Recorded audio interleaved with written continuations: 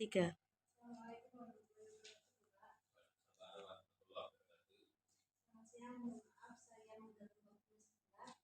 Saya ingin melakukan wawancara dengan Bapak tentang pengambilan keputusan dalam etika. Bisa, Pak? Ya, Pak. Untuk pertanyaan pertama ini, mungkin selama ini bagaimana Bapak dapat mengidentifikasi kasus-kasus yang merupakan dilema etika atau juga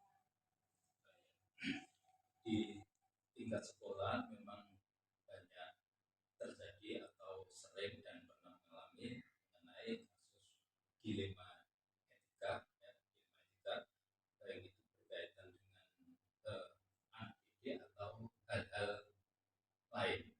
Oleh karena itu dalam menanggapi memisahkan kasus-kasus dilema etika itu kita harus bisa menyelesaikan secara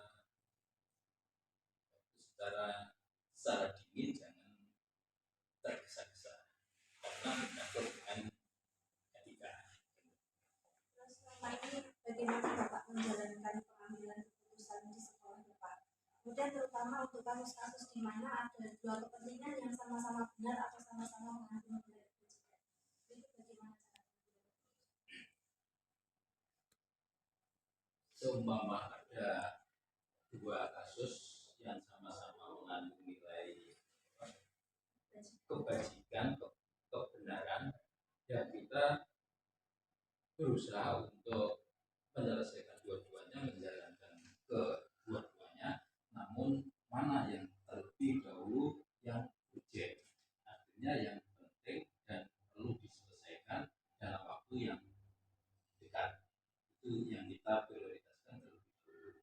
Setelah itu nanti baru berikutnya, karena keduanya kan mengandung unsur kebenaran dan perlu adanya satu kebijakannya yang mana yang perlu didahulukan, kepentingannya yang mendesak yang bisa di berikutnya yang kita tunda berikutnya. Kalau tidak, mungkin kedua-duanya dijalankan secara bersama-sama kalau dihadapkan pada dua pilihan tersebut. Maksudnya kalau misalnya ada suatu kasus nih Pak, ya. Di kasus ini tuh harus ada salah satu yang berkorban mungkin. Jadi di kasus ini tuh ada dua orang yang semuanya itu punya hak untuk itu. Jadi bagaimana cara pengambilan keputusannya? Mungkin kan biasanya ada yang dirugikan atau yang diuntungkan. Oh begitu. Iya. Kalau ada dua kasus yang dua-duanya menuntut karena merasa sama-sama benarnya dan benarnya, ya kita kembalikan ke dasarnya, ya dasar hukumnya yang berlaku. Kalau kedua-duanya benar, ya artinya kita meminta dari yang bersangkutan akan kesadaran dirinya untuk mengalah dalam arti kasus tersebut, dalam arti penyelesaian kasus tersebut. Kalau kedua-duanya sama-sama benarnya, sehingga langkah berikutnya kan kita tinggal meminta tinggal kesadaran dari mana di antara kedua-duanya. Kalau kedua-duanya ngotot tidak ada kesadaran, nah itu yang menjadikan kita ya sulit. Jadi langkah kita ya dari salah satu dari keduanya ya harus ada yang menyadari mana yang itu. Nah, untuk kasus tertentu mungkin langkah-langkah atau prosedur seperti apa yang bisa Bapak lakukan? Nah, untuk kasus etika itu tadi sudah saya sampaikan, tentunya ya pendekatan terhadap yang bermasalah, ya, terhadap bermasalah. Pasti namanya suatu lembaga, suatu sekolah itu menginginkan sekolahnya itu, lembaganya itu damai. Artinya ya berjalan sebagaimana lancar-lancar saja. Namun demikian itu tidak mungkin. Pasti ada kasus-kasus tertentu, masalah-masalah tertentu Oleh karena itu jika ada masalah seperti itu ya kita yang bermasalah itu tentunya kita jadwalkan untuk datang ke sekolahan untuk menyelesaikan akan masalah tersebut. Dan kita berusaha untuk secepatnya. Manakala bisa sekali selesai, yo alhamdulillah bisa sekali selesai. Jika tidak, yo untuk tahap berikutnya. Gitu. Terus apa saja hal-hal yang selama ini Bapak anggap efektif dalam pengambilan keputusan? Ada kasus-kasus dilema yang paling efektif, yakni meminta istilahnya duduk permasalahannya itu, kasusnya itu dijelaskan sejelas-jelasnya, kemudian meminta yang bersalah, katakanlah begitu, yang bersalah dia harus menyadari akan kesalahannya. Begitu juga yang merasa benar, ya tidak lantas terus menuntut karena merasa benar, itu tidak. Karena pada dasarnya di sekolah itu kalau terjadi kasus seperti itu ya pendekatan kekeluargaan. Karena sekolahan yang terjadi sekolahan semuanya itu adalah satu keluarga. Jadi pendekatan kita lebih banyak awalnya yakni pendekatan secara kekeluargaan. Kalau terjadi kasus-kasus soal etika moral, ya menuntut kesadaran dari masing-masing pihak. Hal-hal apa saja yang selama ini merupakan tantangan dalam pengambilan keputusan? Tantangan pengambilan keputusan itu kalau biasanya yang terjadi kalau dari pihak yang bermasalah itu kalaupun yang terjadi saling menyadari itu yang dikhawatirkan dari pihak itu adalah pihak ketiga. Pihak ketiga itu ada pihak-pihak tertentu yang istilahnya mempor-mempori, yang manas-manasi, itu yang sulit, yang sulit. Sedangkan pihak ketiga itu sebenarnya mungkin mengambil keuntungan sendiri dari satu permasalahan. Kalau yang permasalahan yang sering terjadi dari pihak satu pihak dua ini maunya dan sudah istilahnya bisa diselesaikan, tapi bisa jadi pihak ketiga yang memanas-manasi dan membuat masalah baru. Sedangkan pihak ketiga ini tujuan biasanya ya untuk kepentingannya sendiri. Itu yang paling sulit kalau ada pihak ketiga yang ikut campur. Terus adakah seseorang atau faktor-faktor apa yang selama ini mempermudah atau membantu Bapak dalam pengambilan keputusan? Yang mempermudah mengambil keputusan jika ada permasalahan-permasalahan itu sering saya sampaikan, sering saya minta keterangan itu guru senior atau guru yang biasanya paling lama di lembaga tersebut atau yang paling senior, itu yang biasanya saya minta pertimbangan di dalam penyelesaian kasus. Beliau kan di lembaga tersebut yang paling lama dan yang paling tahu bagaimana ciri-ciri permasalahan-permasalahan di lembaga maupun di masyarakat sekitar, itu yang paling tahu. Selain itu kalau bisa bekerja sama dengan lembaga lain jika masalah itu berkaitan dengan lembaga lain atau instansi lain, contohnya mungkin keamanan apa gitu ya, berkaitan dengan kepolisian atau perlindungan anak dan sebagainya, itu tidak terlepas dengan kerjasama dengan lembaga-lembaga lain. Itu sangat membantu kita dalam penyelesaian masalah. Untuk pertanyaan terakhir, dari semua hal yang telah disampaikan tadi, pembelajaran apa yang dapat Bapak petik dari pengalaman dalam mengambil keputusan selama ini? Jika ada suatu masalah terkait dengan etika moral, perlu kita dudukkan yang bermasalah tersebut, itu yang terpenting, dan jangan sampai ada pihak-pihak lain yang mengambil manfaat ikut campur di dalam permasalahannya itu, dan meminta dari keduanya itu istilahnya apa ya, berpikir dari hati yang paling dalam tentang terkait etika moral. Namun demikian kita juga tidak dari berbagai pengalaman-pengalaman yang ada itu, sehingga kalau ada permasalahan-permasalahan itu kita bisa menyelesaikan atau berusaha menyelesaikan dengan kepala dingin, dengan tenang, karena pengalaman-pengalaman yang pernah ya, kita jalani itu, terutama yang bermasalah itu yang kita dudukkan berdua, kemudian agar diselesaikan dengan baik-baik. Ibaratnya sini kan sebagai mediator dari semua permasalahan. Terima kasih Bapak ini atas waktunya, bisa saya wawancara tentang etika. Semoga saya juga mendapatkan tambahan ilmu baru dari Bapak, sehingga nanti ketika ada kasus-kasus yang saya hadapi itu saya bisa mengambil keputusan yang tepat dan mendapatkan manfaat. Ya, terima kasih. Dan perlu menjadi catatan bagi kita bahwa meskipun etika moral itu tidak semuanya sama, dan cara penyelesaiannya juga kadang berbeda-beda. Ya memang itu ada yang mudah, ada yang istilahnya mudah cepat diselesaikan, ada yang lama. Nah itu tergantung yang bermasalah itu sendiri. Kita hanya sebagai mediator, dan cara yang ditempuh tentunya ya berbeda-beda. Terima kasih. Terima kasih Bapak. Akhirnya Waalaikumsalam warahmatullahi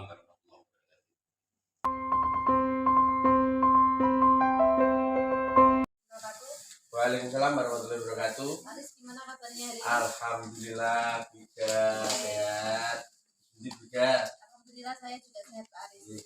Jadi Pak Aris, saya mau minta waktunya sebentar untuk berbincang-bincang sedikit tentang pengambilan keputusan tentang dilema etika yang sudah Pak Aris lakukan selama ini. Bisa nih Pak? Bisa. Gimana? Ini ada beberapa pertanyaan nanti yang akan saya ajukan, ya. Untuk pertanyaan pertama ini, selama ini bagaimana Bapak dapat mengidentifikasi kasus-kasus yang merupakan dilema etika atau bukan moral? Kalau dilema etika kan kasusnya dimana kita solusinya ada bilang-bilang ya. Tapi kalau bukan moral, otomatis jelas kita bisa tentukan karena itu mengandung benar dan salah dan sudah diatur oleh hukum. Ya, kita tidak boleh tentang hukum. Sehingga kalau bukan moral, saya kira sudah tepat. Sesuai undang-undang, kita sesuaikan undang-undang yang berlakunya. Kalau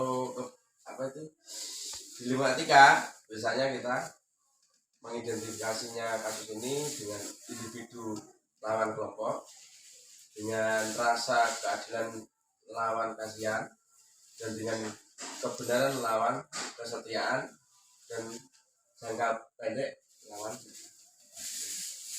begitu. Jadi dengan empat paradigma ini kita bisa menentukan ini termasuk dilema etika atau. Kemudian selama ini bagaimana Bapak menjalankan pengambilan keputusan di sekolah Bapak, terutama untuk kasus-kasus di mana ada dua kepentingan yang sama-sama benar atau sama-sama mengandung nilai dan secara yang besar. Ya, ini yang kadang kita sulit juga ya, karena kita sudah namanya itu kita tidak boleh satu demi keterlangsungan setelah keputusan ini. Karena sudah disampaikan benar bahwa dilema kalau kasus itu mengandung benar atau tidak. Saya menggunakan prinsip berpikir berbasis hasil akhir, di mana hasil akhirnya jangan sampai satu tinggi satu. Yang kedua adalah berbasis peraturan juga. Jadi kita juga mengacu pada sebuah peraturan. Yang ketiga berbasis rasa peduli. Nah, kita sama manusia juga ya boleh lah, masa ada hal yang begini kita minimal bimbing solusi lah. Kemudian langkah-langkah atau prosedur seperti apa yang biasanya Bapak lakukan untuk pengambilan keputusan? Untuk langkah-langkah kita ambil dengan mengenali nilainya. Yang kedua adalah menentukan siapa yang terlibat, terus mengumpulkan fakta, terus yang pengujian benar atau salah. Berikutnya adalah kita pengujian paradigma benar lawan benar. Terus melakukan prinsip resolusi atau yang berikutnya trilema. Jadi kita solusi terbaru, yang mungkin mampu mencairkan opsi lain. Jadi kasus itu biasanya ada buntunya, maka harus diambil sama-sama menerima. Gitu. Terus berikutnya keputusan, dan yang terakhir adalah lihat lagi keputusan dan kita refleksikan tidak lanjut. Kemudian hal apa saja yang selama ini merupakan tantangan dalam pengambilan keputusan pada kasus-kasus dilema etika? Kan memang tantangannya kan karena benar versus benar. Iya. Tantangannya adalah diskusi yang alot. Yang mana di sini adalah benar lawan benar, jadi sama-sama tidak mau mengalah atau sama-sama punya kepentingan. Jadi kalau di sini biasanya begini juga, sebelum kita misal ini kan 2 orang atau lebih, itu kita panggil satu-satu dulu dalam kemudian fakta, ya kasusnya ini, ceritanya ini, kita harus benar-benar tahu duduk permasalahan itu dari satu pihak. Tidak boleh cerita, maksudnya ini ceritanya terus kita ambil saja. Jadi penggalan fakta pada dua-duanya seperti itu, Bu ya. Jadi setelah fakta kita ambil, terus kita sudah lakukan komunikasi pada yang bersangkutan, baru kita bicara. Kemudian apakah Bapak memiliki sebuah jadwal tertentu dalam penyelesaian sebuah kasus dilema etika ini, atau langsung menyelesaikan di tempat setelah kejadian itu? Kalau jadwal khusus, yang namanya kasus itu tidak bisa dikhususkan. Masa kasus ini khusus jadwalnya tidak ada. Kasus itu terjadi juga tidak bisa direncanakan, atau masalah itu tidak bisa direncanakan, tidak bisa dikhususkan. Jadi datangnya biasanya tiba-tiba. Jadi kalau kasus itu sudah datang, atau masalah itu sudah datang, ya segera kita tidak lanjuti. Jangan menunda waktu, karena masalah itu bagaikan bom waktu. Jadi bom waktu kalau kita tunda, semisal kita tunda saja 1 hari, pasti sudah ramai. Jadi masalah timbul, selesaikan dengan langkah-langkah tadi. Walaupun nanti dalam perjalanannya kita butuh beberapa waktu, minimal masalahnya kita tangani sudah di langkah 1, bicara fakta dan lain sebagainya. Gitu. Kemudian adakah seseorang atau faktor-faktor yang selama ini mempermudah atau membantu dalam penyelesaian? Sangat banyak sekali kalau kita di sekolah. Sekolah tidak bisa memutuskan sendiri, Bu. Apalagi saya seorang kepala sekolah ya. Tidak bisa kepala sekolah itu langsung tidak bisa. Karena sekolah ini punya semua orang. Sekolah ini punya semua orang. Jadi kita harus melibatkan semuanya. Artinya di sini kalau masalah itu masalah sekolah, yang pasti satu, kita libatkan guru. Yang kedua adalah paguyuban atau komite. Kalau yang berikutnya baru semua ke murid. Seperti itu. Jadi sekup-sekup tadi atau orang-orang tadi lah yang sangat berpengaruh di dalam keputusan yang diambil oleh sekolah itu. Kemudian dari semua hal yang telah disampaikan, pembelajaran apa yang dapat dipetik dari pengalaman yang Bapak dapatkan ketika mengambil sebuah keputusan dengan tantangan dilema etika ini? Pengalaman yang bisa diambil ya, Bu. Kalau pengalaman yang bisa diambil itu sangat banyak sekali. Hidup itu selalu bermasalah. Kalau nggak bermasalah, jadi kita nggak usah. Jadi artinya apa? Masalah akan datang dan harus dikerjakan, harus diselesaikan. Bukan masalah itu dihindari. Kalau kita menghindari masalah, itu sama dengan kita menunda masalah itu. Jadi hidup itu jangan takut masalah. Setiap masalah pasti ada penyelesaian. Asal kita mau berpikir. Selain itu kita juga selalu menambah pengetahuan. Artinya kalau kita begini saja, masalah itu akan datang, mungkin makin besar dan lain sebagainya. Level masalahnya makin tinggi. Kalau kita tidak punya pengetahuan, di sini kita akan kesulitan untuk memecahkan. Jadi biasanya di sini kalau kita dulu di kepala sekolah sudah diajari di diklat pimpinan. Jadi bagaimana kita memimpin dan bagaimana kita menyelesaikan masalah. Tapi di situ saja kita tidak cukup ya, karena kadang teori dan lapangan berbeda. Jadi dari pengalaman-pengalaman mungkin juga akan muncul pengetahuan baru, sehingga kita kedepannya lebih siap dalam masalah lagi. Yang pasti masalah datang akan selesai, datang lagi. Selain itu buka terus wawasan. Watuk bisa diobati, kalau watak tidak bisa. Tapi yang namanya watak juga itu bisa dikendalikan, asalkan kita menambah pengetahuan. Seperti itu. Terima kasih Pak Aris, banyak sekali pengetahuan yang saya dapat dari panjenengan tentang pengambilan keputusan dilema etika ini. Cukup sekian, jika ada kesalahan dari saya mohon maaf ya Pak. Ya Bu, terima kasih Bu. Assalamualaikum. Waalaikumsalam.